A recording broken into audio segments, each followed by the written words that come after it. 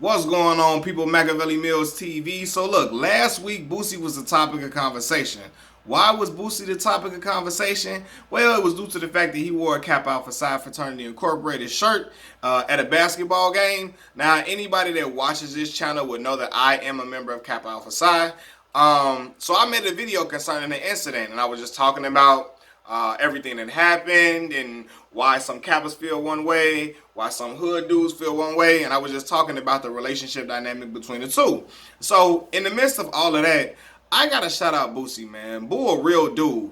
He's a real dude because whether he felt like he should have apologized or not, he still came out and did it and was like, look, y'all, my bad. And I knew Boosie that he really don't know. He a hood dude. He really don't really have any type of idea about the etiquette of Black Greek letter organizations. He ain't really know nothing about that, really. But I gotta salute him because he apologized. Then he also came out and offered $6,000 to whatever chapter had the best strolling video to wipe me down, which was dope. That was boss like. But I really want to talk about Boosie's his status in the rap game and like how iconic he is and how legendary he is in the rap game, especially since like what 2005.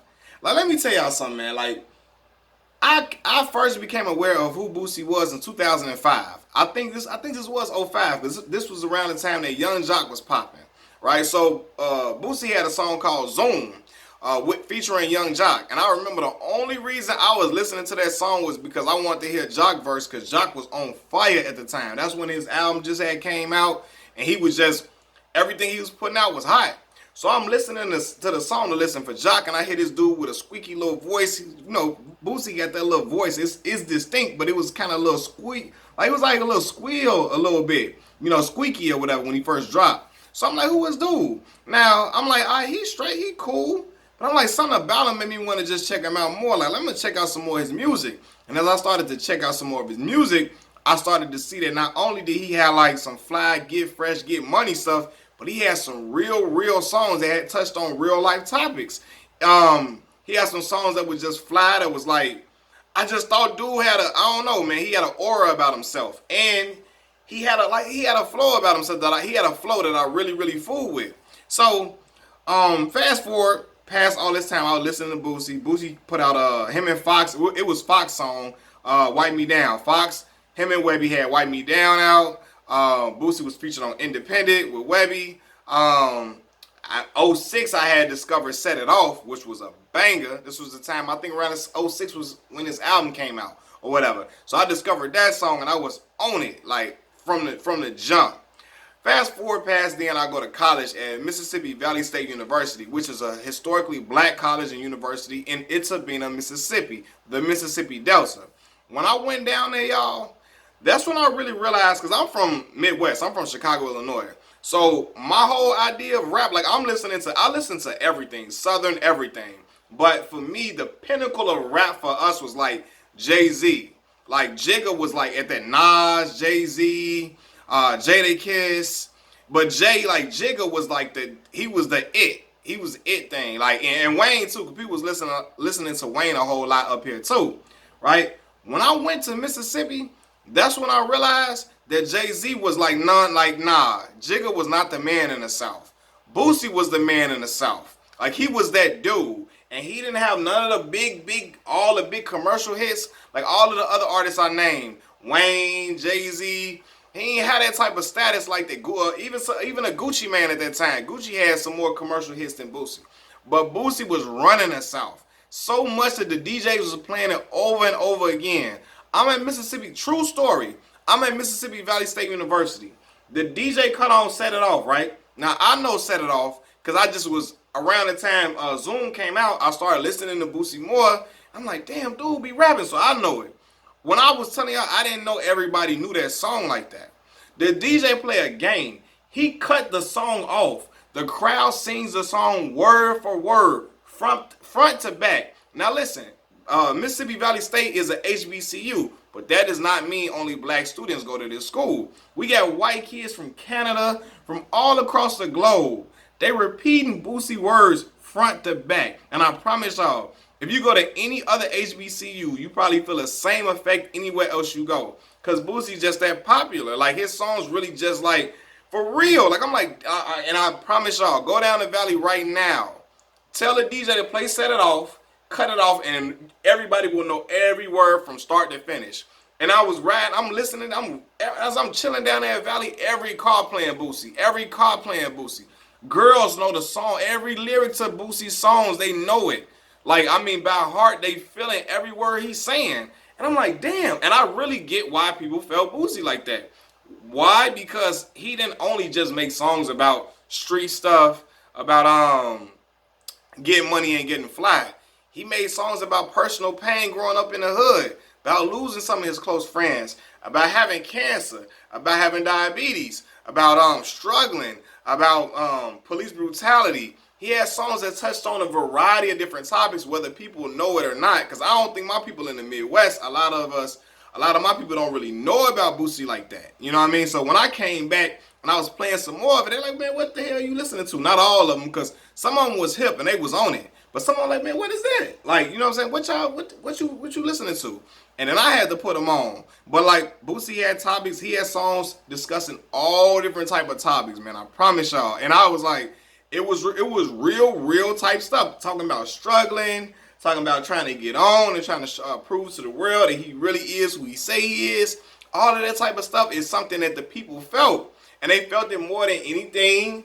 Even, I promise y'all, even Wayne, as big as Wayne was during that mixtape era, the Drought 3, Dedication 2, all of that, I'm thinking I'm finna go in there and hear majority of Wayne music down south. No. Boosie was bumping. Boosie and Webby and them, they the ones that was bumping down there. And I swear, even my people that went to Grambling, that went to Southern that I know, they told me the same thing was going on at Southern, his home state of Louisiana. Boosie was getting more spins than Wayne. He was getting more spins than Wayne, and they felt him more than they did Wayne. And it's just because of the authenticity of who he is as a person. And even I respect him as a hustler too. Because the man about his money. When he came out of prison, he came in, everybody like, of course he trying to get the bag. But no, he was putting out real content. He wasn't just slapping together tapes. He was taking his time, he putting together real content, putting together albums, putting together visuals, making songs dedicated to his homeboys. He made a song dedicated to Webby while Webby's still living. And that's something that I always preach.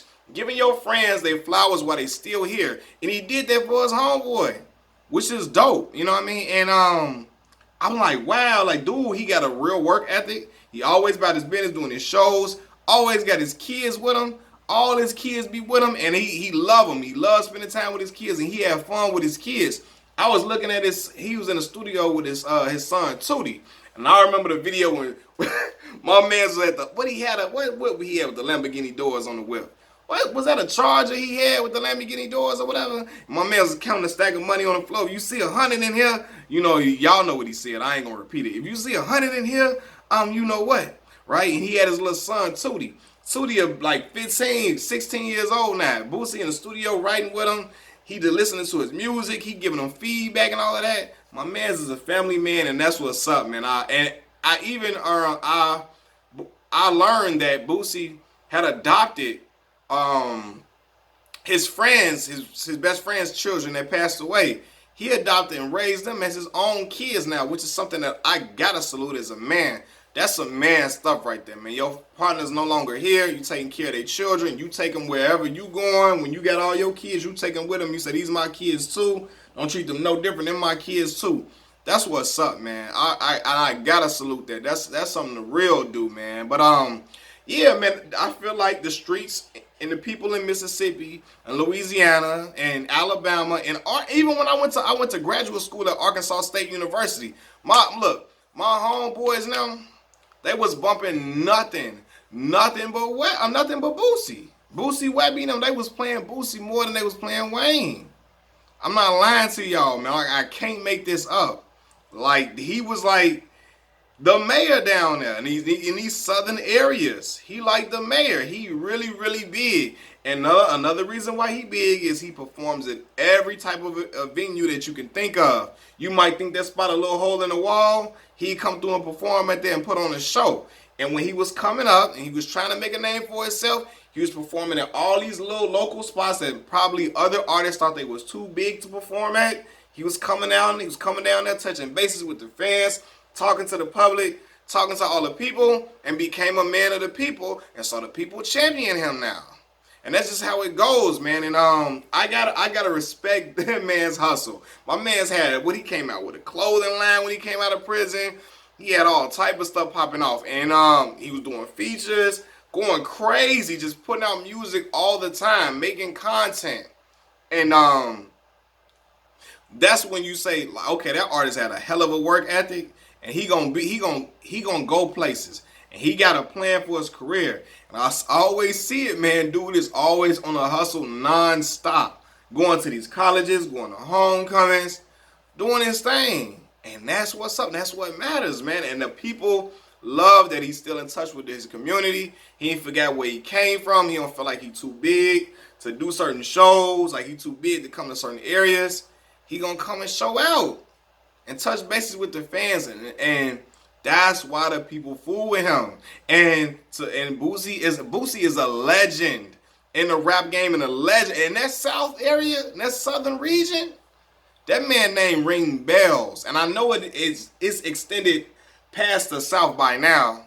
The other places in the world feel him, and I know it because I remember when Terrence Bud Crawford, T-Bud, T-Bud got the WBO welterweight belt, right? T-Bud came out when he was at 135. He came out to 135, 140. I think it was 135. He came out with Webby, and we're performing that We Gon' Show the World. At the time, Boosie was still locked up. And again, Webby is in the same camp with Boosie. Same art. Like I'm like, and Terrence Crawford is from the Midwest region, Omaha, Nebraska. So I know that their music is touching that region as well. So, man, I just gotta salute that brother, man. I was just watching the video of him. The man is a fool. He funny as ever. Always just down to earth. Always just seem like he's happy-go-lucky. And even when he being serious, that man they give us so many memes and so many crazy moments, man. Like, I swear, y'all, when that man was talking about how he wish he would have just had one baby mama, if he only could have all his kids by one woman, he'd do it again. And the way that man described it, listen, the way he described how he wished he would have just had all his kids by one woman. If y'all ain't seen it now, go type that in. Like, that man is just like this dude. He is a hood dude, and he ain't changing. He ain't changing nothing about him, man. And it just I respect that dude, man. I respect that man for not just because of the fact that he came out and, well, it takes a man to come out and say I was wrong for something, or you didn't know and you was wrong for it. That's boss like. And still trying to get back to the fraternity and all that. That's what's up, man. That is definitely what's up. And in the midst of all of it too, I'm not gonna even lie. And I don't ever say like, cause Kappa don't need advertisement at all. You know, it is what it is. You know about us, it is what it is. But I ain't gonna lie. A lot of people came and went and tried to, people that never went to college, that have no idea about none of the black Greek letter organizations. They don't have no idea about the black fraternities or black sororities, whatever. But for sure, they came out and searched Kappa now. They searched Kappa. They watching it, and it may convince some dudes to go to school and go to college and become members of the organization, man, which would be dope. It may convince guys to go to school, and it may be, some people may see it and find it cool and may want to do it, man. I know a lot of hood dudes that that was around the area in Itabena that would see the Noops and be like, man, that's cool, man. I'd do that if I was in school. I'd do that if I was in school. Dudes, when I came home to Chicago after I crossed, homeboys in the barbershop, like, man, I would have did that if I was in school. Man, that's cool, man. That's cool. Hood dudes, man. And they was saluting it and respecting it. But I'm not going to lie, man. Boosie brought some eyes on the fraternity as far as, like, people that never even had no idea about what it was. He may have brought some interest into the organization, no lie. I'm not going to front, because it just was the topic of conversation. It caused people to search up Kappa. They saw the Canes and all of that. And they thought it was cool, and that's what's up, man. But Boosie seems like a real stand up guy, a real honest dude, a real guy you can salute for a lot of different reasons, man. A lot of different reasons. Not only business acumen, but just like I said, I like to see a dude that's a family man and loves spending time with his children, loves spending time with his mom and all his family, and that's dope, man. That is dope. So shout out to Boosie, and I wanted to shout out his iconic status in the South, man. That man is entrenched in the South, and I'm telling y'all, go in the Southern region. His name rules down there, especially in the areas I said, Louisiana, Mississippi, Alabama, Arkansas, and all that. Listen here.